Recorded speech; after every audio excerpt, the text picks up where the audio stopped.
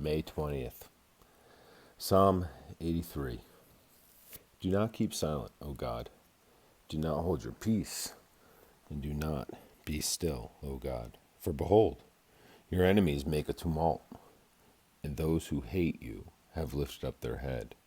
They have taken crafty counsel against your people, and consulted together against your sheltered ones. They have said, Come, and let us cut them off from being a nation, that the name of Israel may be remembered no more. For they have consulted together with one consent. They form a confederacy against you, the tents of Edom and the Ishmaelites, Moab and Hagrites, Gebal, Ammon, and Amalek, Philistia with the inhabitants of Tyre. Assyria has joined with them. They have helped the children of Lot. Deal with them as with Midian, as with Sisera, as with Jabin at the brook Kishon, who perished at Endor, who became as refuse on the earth. Make their nobles like Oreb and like Zeb, yes, all their princes like Zebah and Zalmunna, who said, Let us take for ourselves the pastures of God for a possession. O my God, make them like a whirling dust, like the chaff before the wind. As the fire burns the woods, as the flame sets the mountains on fire, so pursue them with your tempest, and frighten them with your storm. Fill their faces with shame, that they may seek your name, O Lord.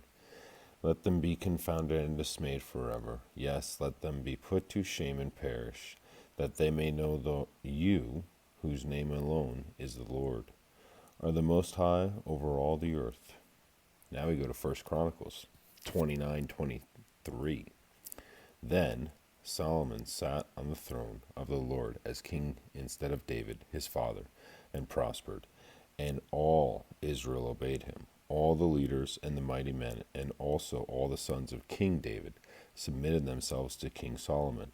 So the Lord exalted Solomon exceedingly in the sight of all Israel, and bestowed on him such royal majesty as had not been on any king before him in Israel. 2 Chronicles 1. Now Solomon the son of David was strengthened in his kingdom, and the Lord his God was with him, and exalted him exceedingly. Now we bounce to 1 Kings 2, verse 13.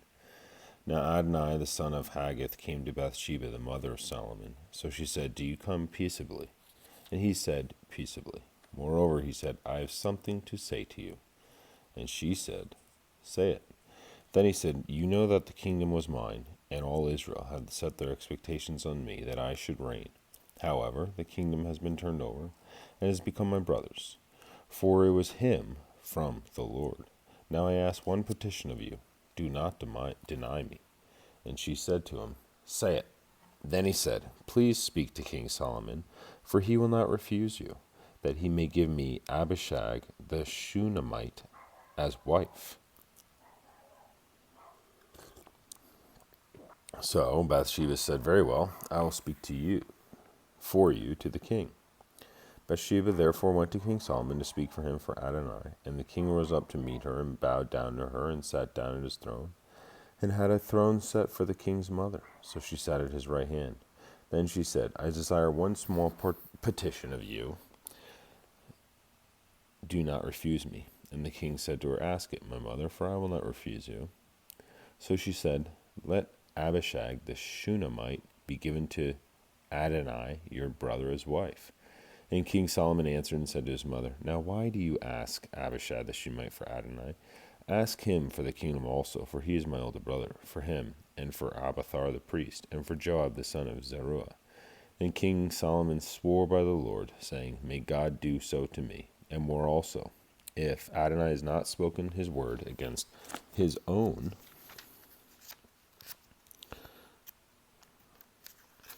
life. Now therefore, as the Lord lives, he has confirmed me and set me on the throne of David my father, and who has established a house for me, as he has promised, Adonai shall be put to death today. So King Solomon sent by the hand of Benaiah the son of Jehoiada, and he struck him down, and he died. And to Abiathar the priest the king said, Go to Anathoth, to your own fields, for you are deserving of death. But I will not put you to death at this time, because you carried the ark of the Lord God before my father David. and because you were afflicted every time my father was afflicted. So Solomon removed Abiathar from being priest to the Lord, that he might fulfill the word of the Lord, which he spoke concerning the house of Eli at Shiloh. Then news came to Joab, for Joab had defected to Adonai, though he had not defected to Absalom. So Joab fled to the tabernacle of the Lord, and took hold of the horns of the altar. And King Solomon was told, Joab has fled to the tabernacle of the Lord. There he is, by the altar. Then Solomon said to Benaiah the son of Jehoiada, Go, strike him down. So Benaiah went to the tabernacle of the Lord, and said to him, Thus says the king, Come out. And he said, No, but I will die here. And Benaiah brought back word to the king, saying, Thus said Joab, and thus he answered me. Then the king said to him, Do as he has said, and strike him down, and bury him, that you may take away from me, and from the house of my father, the innocent blood which Joab shed. So the Lord will return his blood on his head, because he struck down 2 men more righteous and better than he, and killed them with the sword. Abner the son of Ner, the commander of the army of Israel, and Amasa the son of Jethro, the commander of the army of Judah, though my father David did not know it. Their blood shall therefore return upon the head of Joab, and upon the head of the descendants forever. But upon David and his descendants, upon his house and his throne, there shall be peace forever from the Lord. So Benaiah the son of Jehoiada went up and struck and killed him, and he was buried in his own house in the wilderness. The king put Benaiah the son of Jehoiada in his place over the army, and the king put Zadok the priest in the place of Abiathar. Then the king sent and called for Shimei, and said to him, Build yourself a house in Jerusalem, and dwell there, and do not go out from there anywhere. For it shall be on the day you go out and cross the brook Kidron, know for certain you shall surely die. Your blood shall be on your own head. And Shimei said to the king, The saying is good, as my lord the king has said, so your servant will do. So Shimei dwelt in Jerusalem many days. Now it happened at the end of 3 years that 2 slaves of Shimei ran away to Achish the son of Maacah, king of Gath. And they told Shimei, saying, Look, your slaves are in Gath. So Shimei arose, saddled his donkey, and went to Achish at Gath to seek his slaves. And Shimei went and brought his slaves from Gath. And Solomon was told that Shimei had gone from Jerusalem to Gath, and he had come back. Then the king sent and called for Shimei, and said to him, Did I not make you swear by the Lord, and warn you, saying, Know for certain that on the day you go out and travel anywhere, you shall surely die? And you said to me, The word I have heard is good. Why then have you not kept the oath of the Lord and the commandment that I gave you? The king said moreover to Shimei, You know as your heart acknowledges all the wickedness that you did to your father David. Therefore the Lord will return your wickedness on your own head.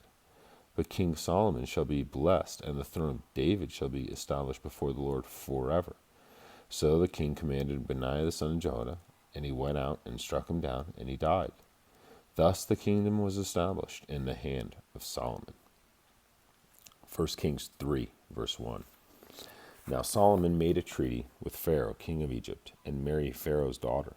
Then he brought her to the city of David until he had finished building his own house, and the house of the Lord, and the wall all around Jerusalem. Meanwhile, the people sacrificed at the high places, because there was no house built for the name of the Lord until those days.